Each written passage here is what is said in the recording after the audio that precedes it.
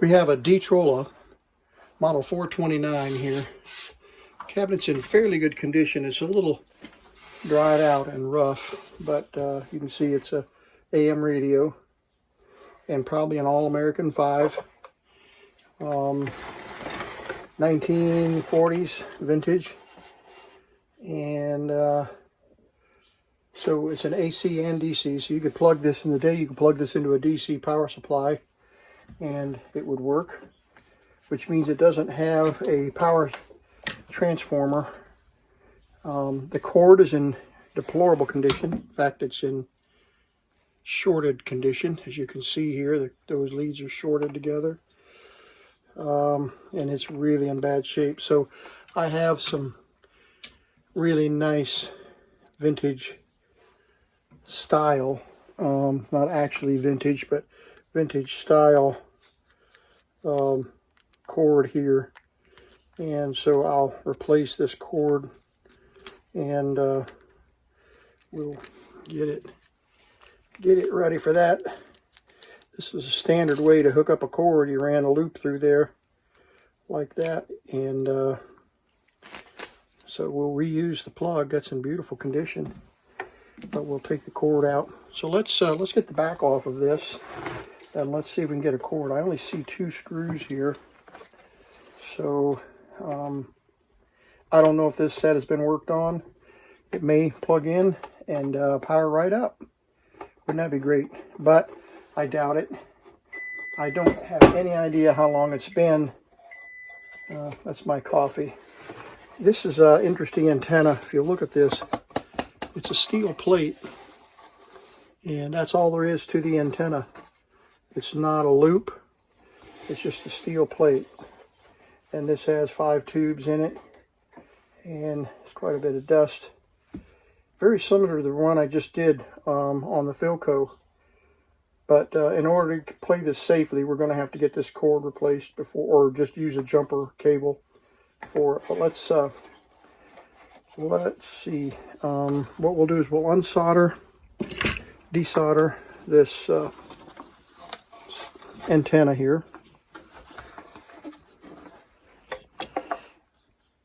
And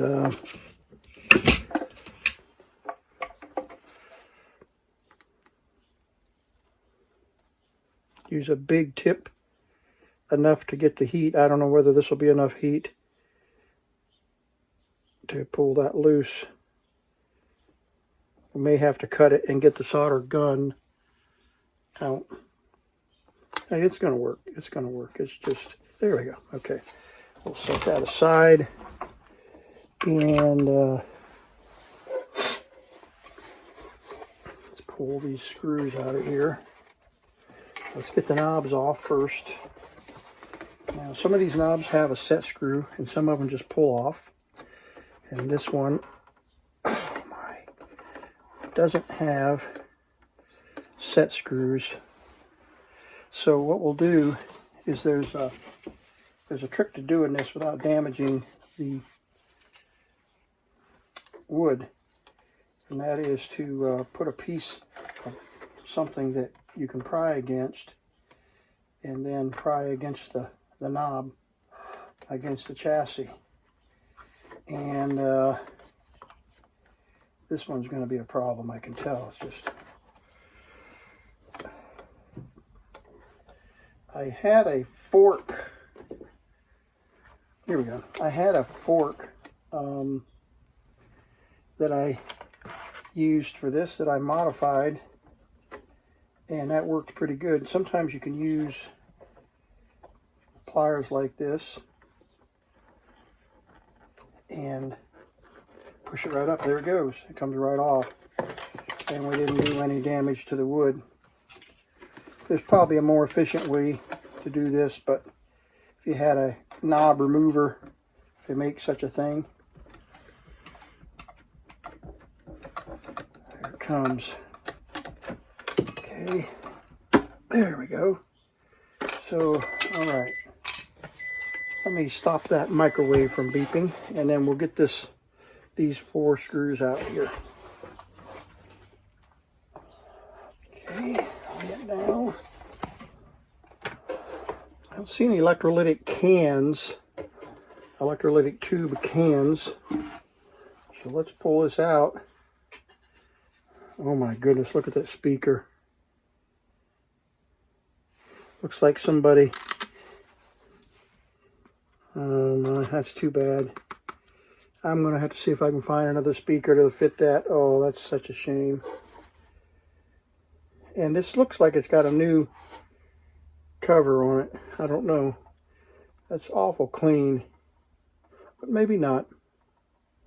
It's hard to say. Those staples look modern to me. Usually the staples are super thin, and I can show you what I'm talking about here in just a minute, but it doesn't look like there's been done any work has been done to this radio.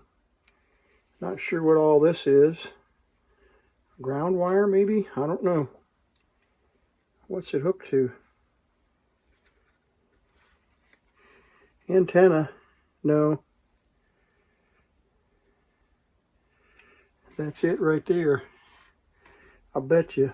And it's got nothing on the other end of it. So I'm not sure if somebody's been tinkering with this or not. But this cap has been dripping and blown and dripping all over here. And then it's got some old electrolytics here that look original, but I don't know. It's hard to say. But we'll check those and we will probably replace them. That one is a, I can't tell you what it is.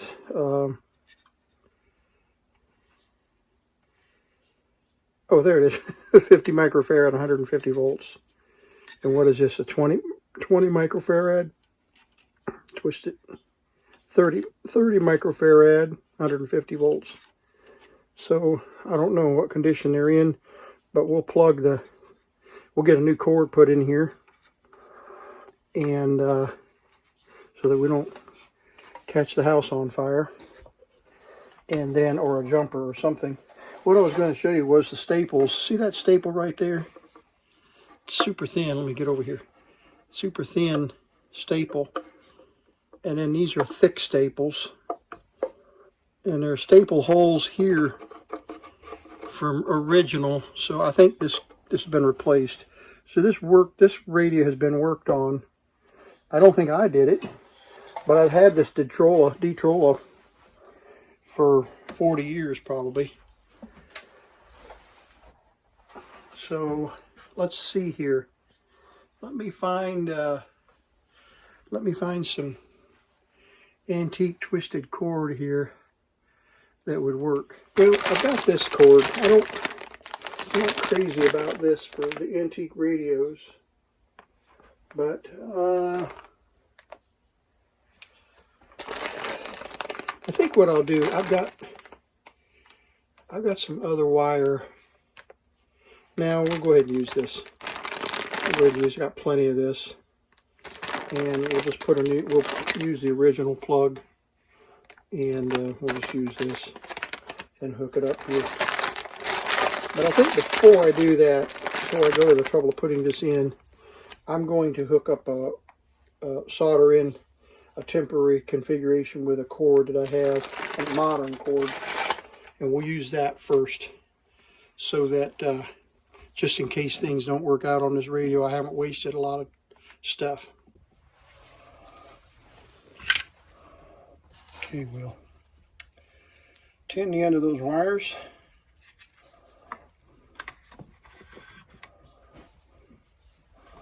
Don't want to create a problem here on the display.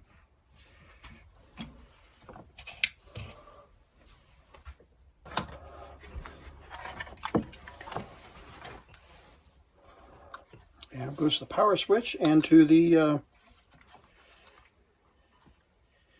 unused pin, probably unused pin of this tube socket.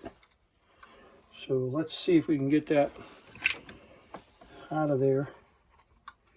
A lot of times they use unused tube socket pins for jumping off places, for connecting circuits and all of that.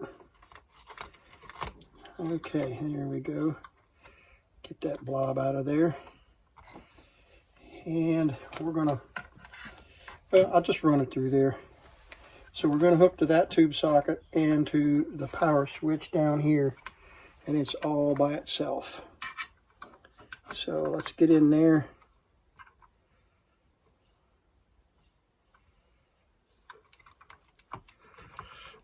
There we go. So it goes to the bottom power switch and to that tube socket.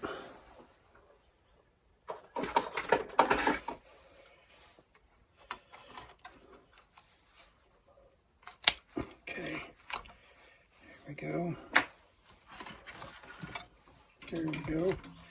Throw that away. And there's a piece of wire. Let's go in here.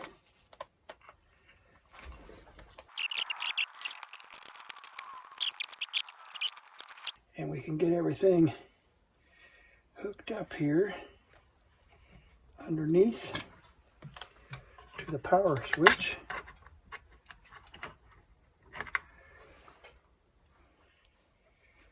All right, we got our power cord in, and we will hook it up to the light bulb, plug it into the light bulb so we don't cause problems. And let's see, is it turned on? Yeah. Okay, turned up all the way. I'm going to put this plate on this right here for protection. And then we'll plug this into the light bulb and then plug the light bulb in. So it's turned on. So let's see, get all this junk out of the way.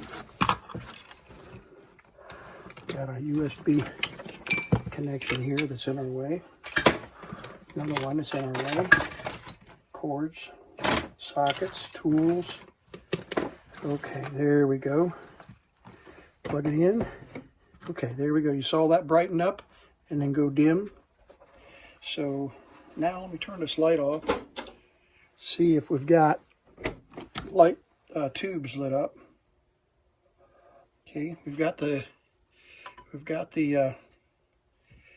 power here, and I just saw a flicker. Not sure what that means.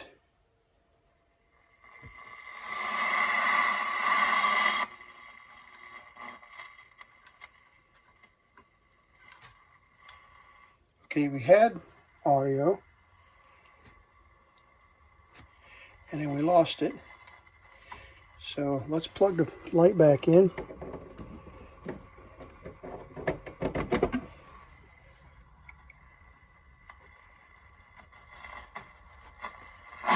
All right, it's because we don't have an antenna.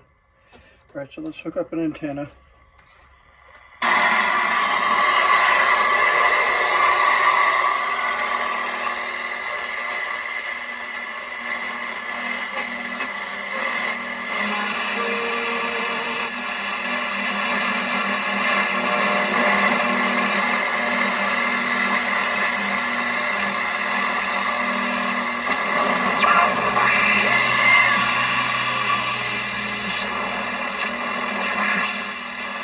Alright, so let's plug it in full power and let's see what we've got. Since we've got audio, we didn't blow caps up.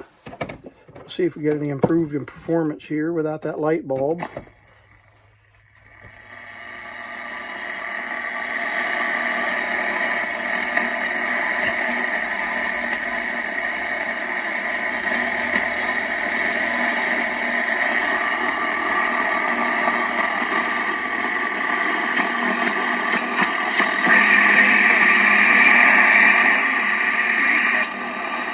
Notice that there are no transformer. I'm going to give those caps a chance to discharge before I stick my fingers up in here. But notice that there are no transformer towers in here. And notice that there is no banana slicer tuning condenser. Instead, we have this inductor that slides inside of another conductor. There's two of them actually. There's an oscillator capacitor.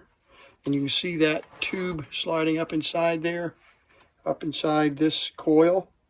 This is a coil of wire, and then there's an inductor that tunes it, and then there's another one down below there. So one is the oscillator coil, one's a tuning coil. And then there are trimmers here. There are 1, 2, 3, 4, 5, 6 trimmers in the set, capacitive trimmers that allow you to do the alignment.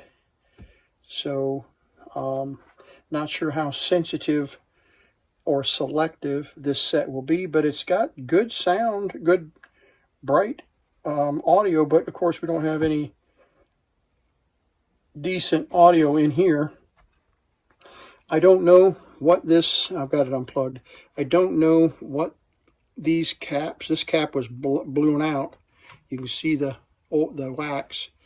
So this 0.05 cap here probably is damaged, and I don't know what it controls. Let's see, it's in interstage, looks like it's an interstage cap. Yeah, from one stage to the next here. So it might be significantly important in terms of getting a station. So we'll replace that 0.05. I've got a 0.05 here that we'll replace it with. It'll be easy enough to pop that one out since it's blown out anyway. So let's cut it out, and we'll cut back here, and we'll test it too.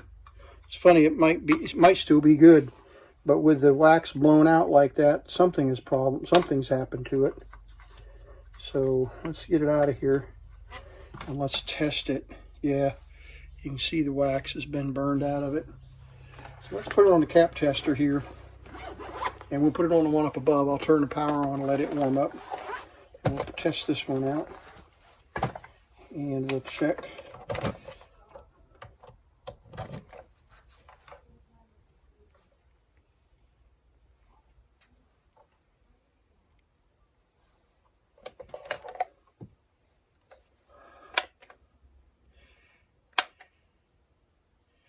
It should be 50 nanofarad, 0.05 microfarad.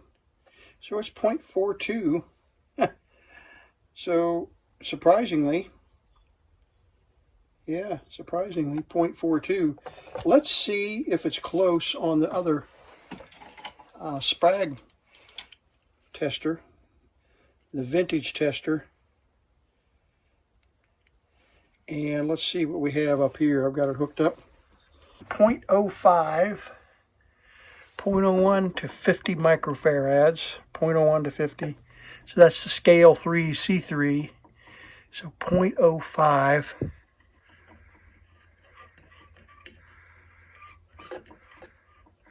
Huh. Not doing anything. Let's move the stuff out of here. Let's see here. 0.05, there's 0.02, 0.05 right there. Yeah, see that cap is shot. Not getting anything on the scale there at all. 0.05 is right there, and you can see I'm moving it back and forth. It's not doing anything.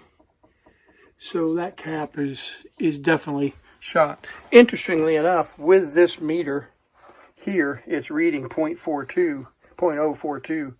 Now we could check it on the fluke. Remember we talked about that. Sorry, we checked that. We can check it on the fluke. You know, we talked about that on one of the other videos of testing caps on different meters. Okay, there we go. I'll set it back up here.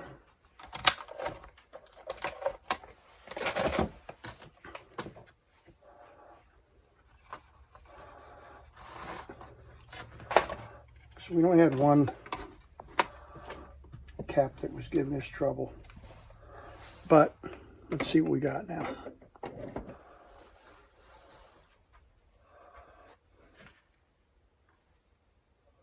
Speaker, man, I don't know what I'm going to do with that speaker.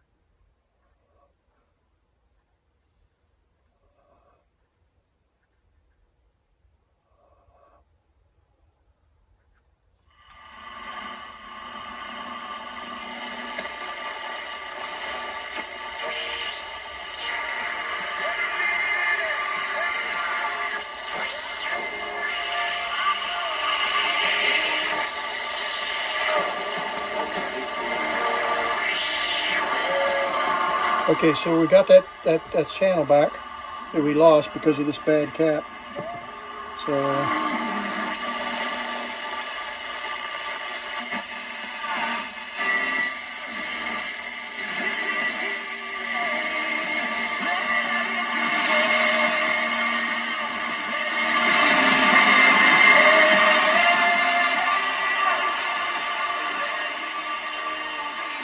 okay, well, there we have it. The no hum, so the electrolytic caps are not blown out. And they may have been replaced at one time or another. I can't tell for sure. But we'll clean this up just a little bit. And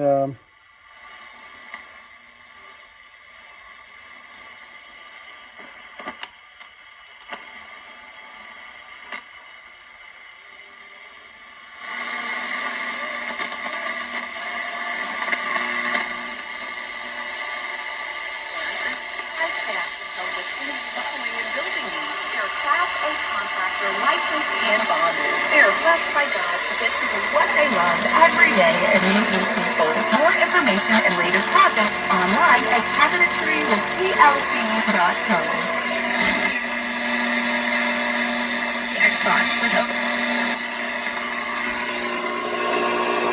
oh, that was the camera power making all that noise.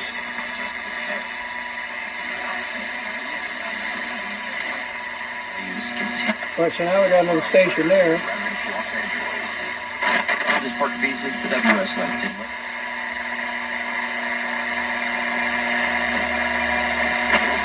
One there. One there.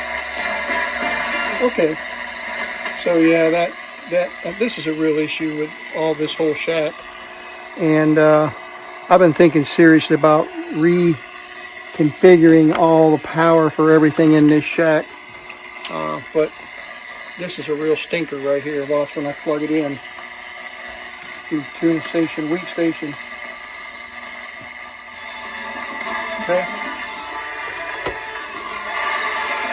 See that? Makes a big difference.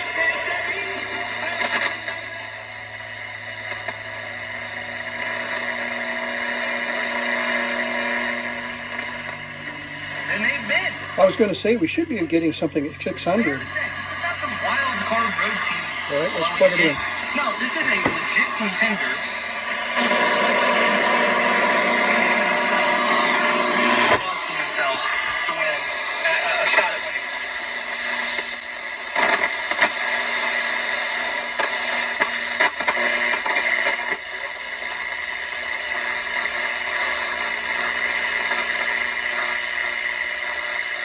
Later tonight, all of these frequencies here will be we'll be able to get channels on those frequencies. So yeah, so let's we're just going to leave it. We're not going to bother putting new caps in. That one cap that I put in is a 0.015 microfarad instead of a 0.047.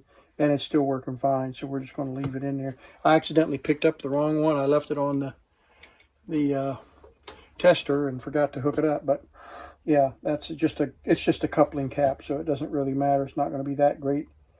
If you were going to do a serious restore, everything perfect like original back in the 30s, 40s, it'd be a whole different story. But I'm basically just wanting to get it to work.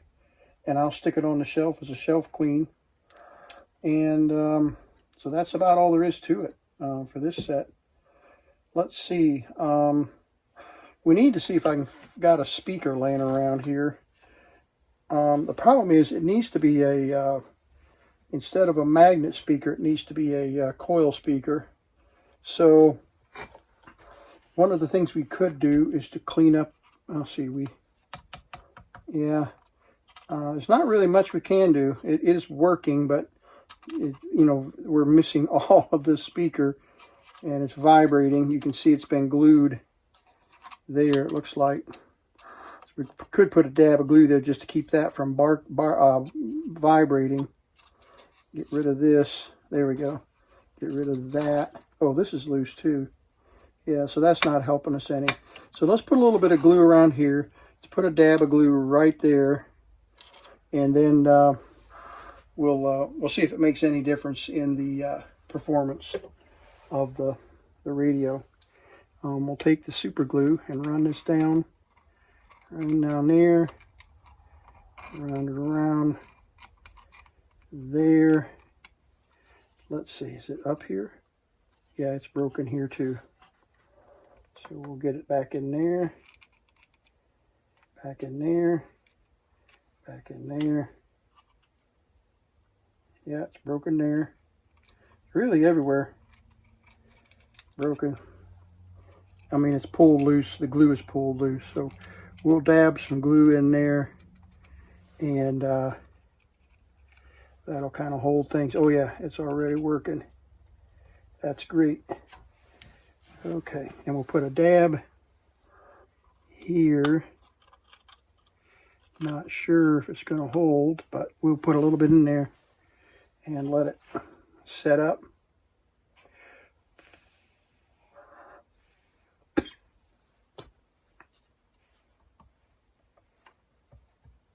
Yeah, that's all set up now. Okay, let's plug it in.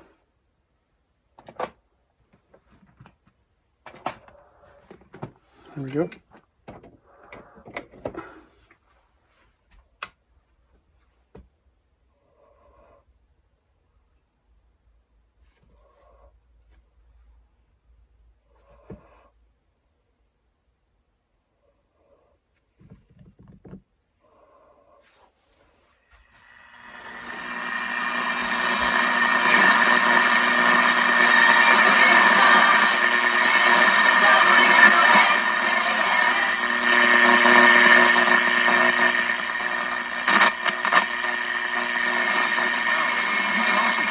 And all that noise is all this electrical stuff in this shack.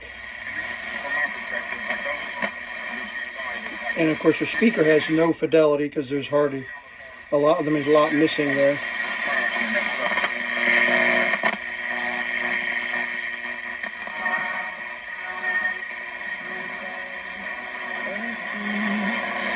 All right, let's put it all back, clean it up and put it back together. I'm going to leave that cord on there since it's just an extra power cord that I had laying around. And so we'll solder the antenna back on and hook it all back up. Okay, so it turned out nicely, and it cleaned up. Used a little bit of Minwax natural stain just to clean up the dried out wood, and you can see it turned out real nicely. I don't like that real bright varnish look, so this is kind of a satin. It's got a little bit of a sheen to it, but it's much more natural looking. So I'll put this in the office next to the Philco. These are almost twin brothers, separated at birth, but thought you'd like to see the Detrola working in the shack here. I brought the radio into town and put it in my office here, and I've got it on the windowsill, so I wanted you to hear how it performs when it's not in a Faraday shield. So let's see if I can get some stations here. And one was the Black Forest fire, the one that we had to evacuate. Right. People died because they were... It's actually, I'm very surprised how poor that speaker was, how beautifully it sounds. There is some time...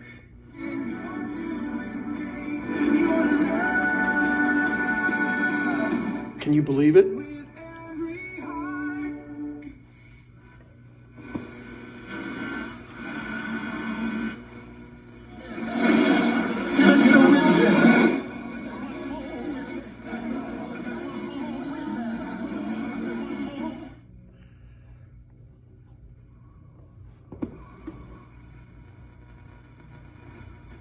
It's interesting that it's not bringing that one channel in. I think it's Mount Airy, North Carolina, not bringing it in here in the office. The United States still has the finest craftsmen and most sustainable solid. This discussion on the next program. A false gospel.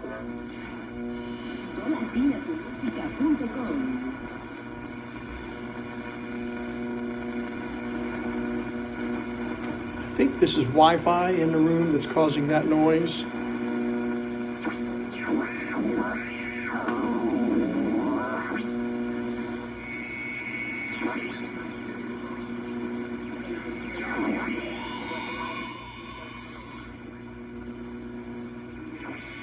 Yeah, we definitely have something interfering with WSGS. I'm here in the heart of Winston-Salem, and I'm not able to pull that station in.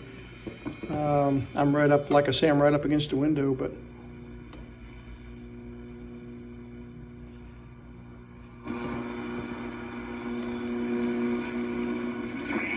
so it's something's interfering with it. Same with that channel right there. So 1-800-652. it's doing really well. And her proposals for treatment are clear, easy to understand, and mindful of cost. I highly recommend her. That might be that religious station I was just talking about a moment ago. Brother Rudy. And you can tell that I'm chasing the volume up and down the channel. I think an AVC cap is probably bad. That's probably one of those paper caps that I didn't replace just because I'm not going to be using this radio much. But that's probably why the volume is all over the place, because the AVC is not grabbing it to moderate the volume levels. But anyway, I think it's playing beautifully, all things considered, for a 1940, 1941 radio.